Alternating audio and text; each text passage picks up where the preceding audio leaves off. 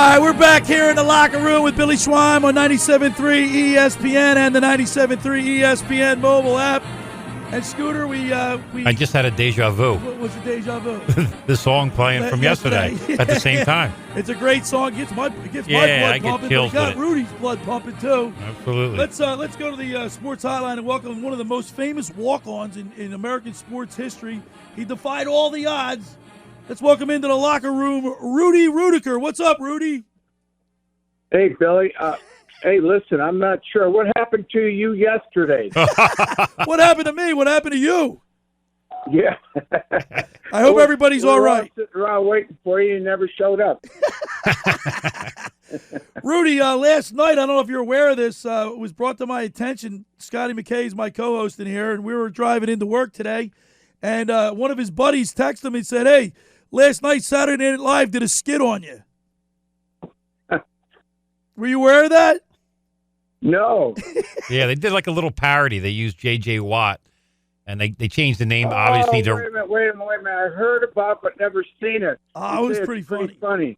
It was hysterical. we can text it to you. Well, we'll text it to you after the show. All right. I'm sure. I've been getting texts all morning on that. I haven't seen it. So they called it Robbie, so you're not getting any money for it. You know? Yeah. So. Okay. Pretty smart. Yeah.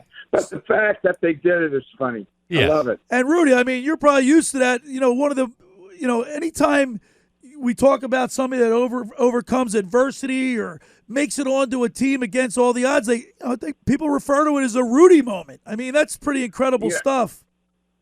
Well, yeah, because the message is really not about football or Notre Dame. Not everybody can go to Notre Dame, or not everybody can play football, but everybody can dream, right? Sure. Absolutely. And have a dream, and everybody could persevere if they really believe. And I think that's the message. Kobe Bryant, when he was watching Rudy when he was a young boy, he took that philosophy. He said it was simple and pure. Just work hard and get better each day. It takes a lot of hard work, and that's what the message is. Well, Rudy, on your podcast, if I listen to you're doing a podcast now. On the podcast, Kobe Bryant was on it saying that Rudy was his favorite movie. Well, no, Rudy was his favorite message. Right. The movie gave him his philosophy for life. Now, I've seen a lot of better movies than Rudy, right? More entertaining. But the message of Rudy stands tall, and it stands strong, and it's good for anybody who can imagine, has an imagination, who's willing to work out of that reality into the imagination world and put the reality back together. It's a real hard task, but it works. Right. So listen, Rudy, we've been talking about sports movies, our favorite sports movies the last 2 days. What is your favorite sports movie? Well, I like to Remember the Titans. There's something about that movie that rings the bell on me. And then there's Rocky, of course. Sure. And his message is the underdog, second chance. I'm not supposed to be here. But his preparation to get him there, then he believed when he finally got hit in the ring, then he started believing. Then that kind of turned into what he was preparing for. And that's what I was like at Notre Dame.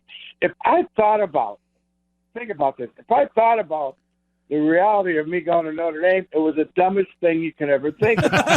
Because it really was. It was stupid to think that I can compete with those athletes. So I always put myself into that preparation, imaginary world, like I was one of them.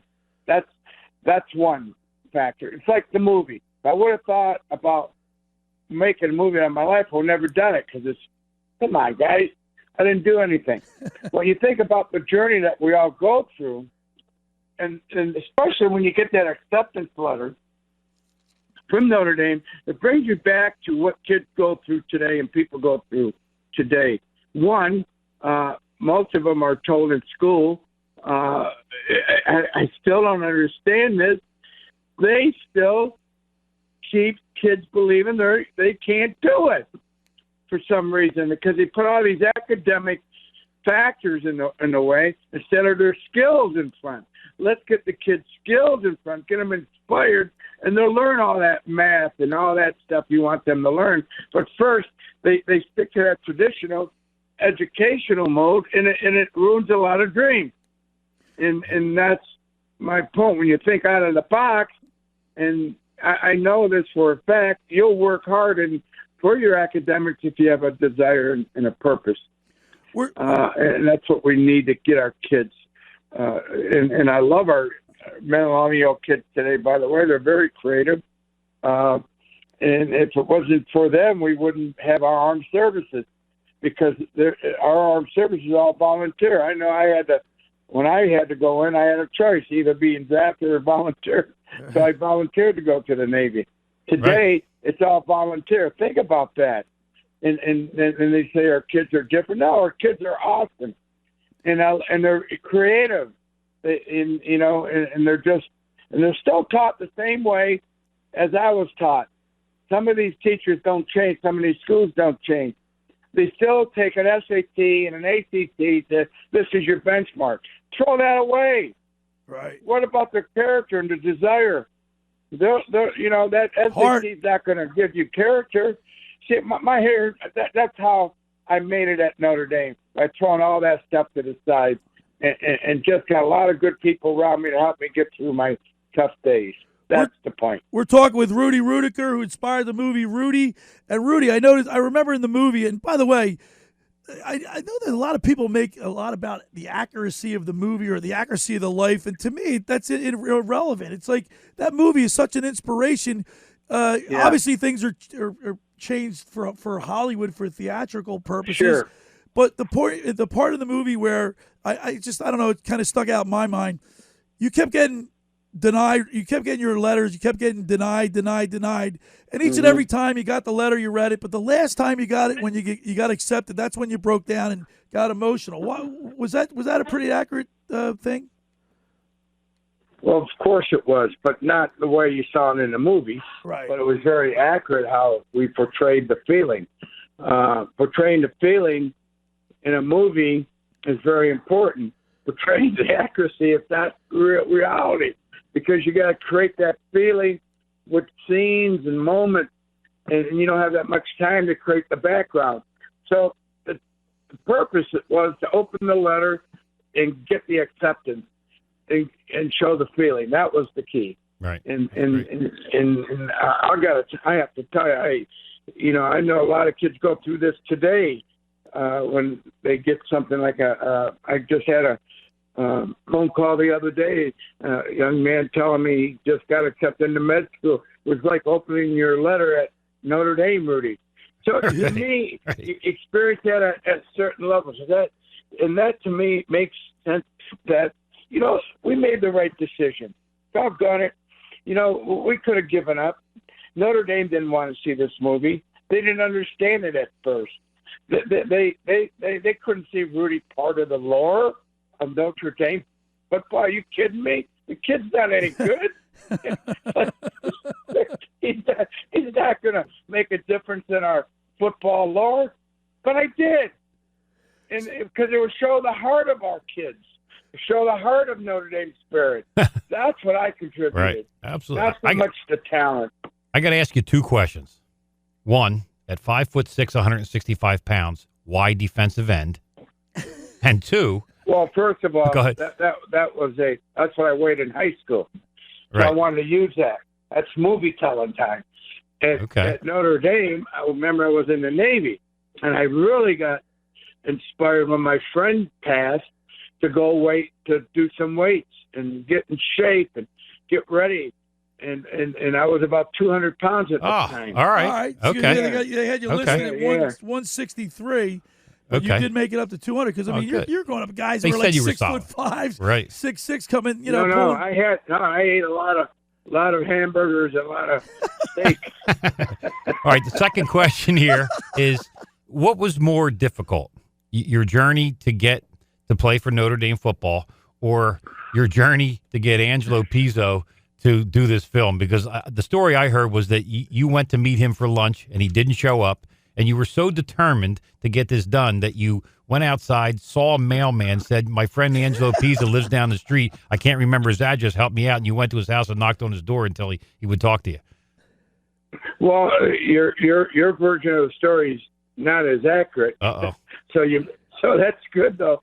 But let me tell you the true story. I was more upset with Angelo than being determined.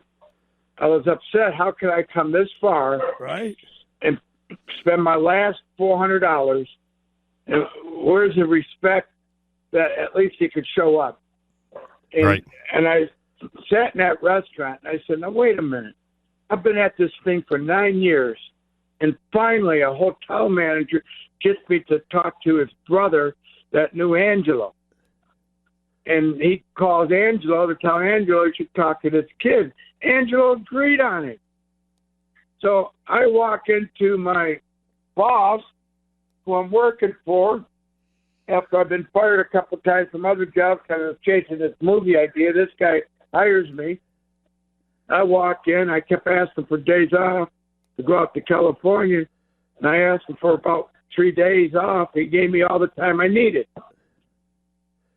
I got fired. And I go out to meet Angelo. He stands me up. No, I'm upset. So wait a minute.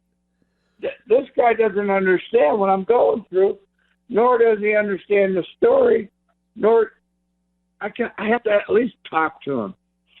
So I guess we all have a pity party, and I feel sorry for me, or I'm not worth it party. I threw that out the door. I thought, I am worth it. I'm going to find this guy. How I'm going to find him, I have no idea. But I'm going to find him. And I walked outside with that energy. I'm finding Angelo. So without hesitation, I saw a guy with a smile, and he whistled. He was whistling. I said, "Thanks, man." He's a mailman. I said, "Dude, I needed that little moment." He said, "What?" I said, "That's how." He said, "What the hell? Who are you?" Type of look. Say, "I'm from Indiana, man." He said, "I'm from Michigan." And I said, "Yeah, I can see why you're happy." He said, "Why is that?" I said, "You don't have a dog chasing you, or you don't have snow or sleet or rain. You're pretty cool. Get the past mail out in this beautiful weather." He said, "Gratitude, my friend, gratitude." I said, "That's right." And I said, "I needed that moment." He said, what are you out here for?" "Since you're from Indiana." And I told him my little quick moment, 30,000-foot story. I said, "This guy Angelo Pizzo was going to pitch this movie to, never showed up." "Oh, man, I hear those stories all the time." I said, "I bet you do." I said, "But this guy, I got fired from my job, man, to come out here." So he pointed you right direction. Yeah. He said to me, "Come on, man. I know where that guy's I know where he lives." So I follow him, and he points at his house, and I knock on his door. And, of course, he says, "Who is it?" I said, "Rudy." He says, "How'd you find me, man?" I said, "Never mind, but you're late for lunch." And he starts coming up with all these excuses why he didn't come. One, Rudy, to me, that's, you still don't do that to someone. And So he says, hey, Rudy, I don't want to do another sport. I don't want to do another sports movie. I want to change genres. I said, that doesn't give you an excuse to stand me up. Right. He said, "Well, I've been up all night rewriting the script." I said, "That don't give you an excuse to stand me up, dude. I'm going back at him, right?" Then he said, "Well, you got a good story?" I said, "Yeah, but let me tell it to you." He said, "I'm not interested, like I said." He said, "Besides, I hate Notre Dame." I said, "That's not an excuse," you know? And I said, "Well, let's go to lunch anyhow, so I could." Well, hey, Rudy, I guess he's looking back now. He's happy that you did track him down because the movie was made. Well, yeah, Right. This is why boldness. Here's my point. If I wasn't bold to go find this guy, and sometimes you need to do that, need that anger channeled in a positive way, right? Channel that in a positive way. Go after what you need to go after. Sometimes it's uncomfortable. Sometimes it feels stupid. Sometimes you don't think it's worth it. And you say, "Well, I'm going to embarrass myself." No, do it. Go for That's it. what you're here for. So I'm thinking getting the movie made was tougher than making the football team at this point. Say what? I'm thinking getting Angelo to do the movie was tougher than making the football team. Sounds like.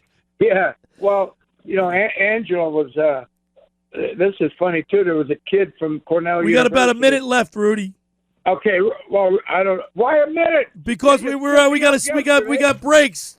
I'm going home. Oh my gosh! All right. Well, I can't tell my story in a minute, Billy. Well, listen, buddy. What are you doing now? Real quick, what are you doing now with yourself? You got your podcast. I want people to. I got the podcast. We're putting up a movie studio. We're doing all kinds of things, wonderful things, and we're very excited. And you got a website? What's your website?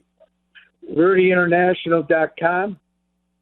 And Rudy- you go to the you go to Rise Above with Rudy. We're launching it March 23rd on iTunes, Spotify. Just go to your podcast and you listen to the other Rudy stories that people have gone through, and you'll be inspired by them. Rudy, I wish we had more time. I really appreciate it. I love the movie. It brings me to tears every time I watch it. And I can watch it. It's one of those movies that you can watch over and over again. And I want to say thank you so much for taking time out to calling in and inspiring our listeners. Well, Bill, you took a minute of our time. All that. I got commercials we got to play. All right, Rudy. Listen, man. Have a great weekend. All right, we'll buddy. talk to you again. Talk to you.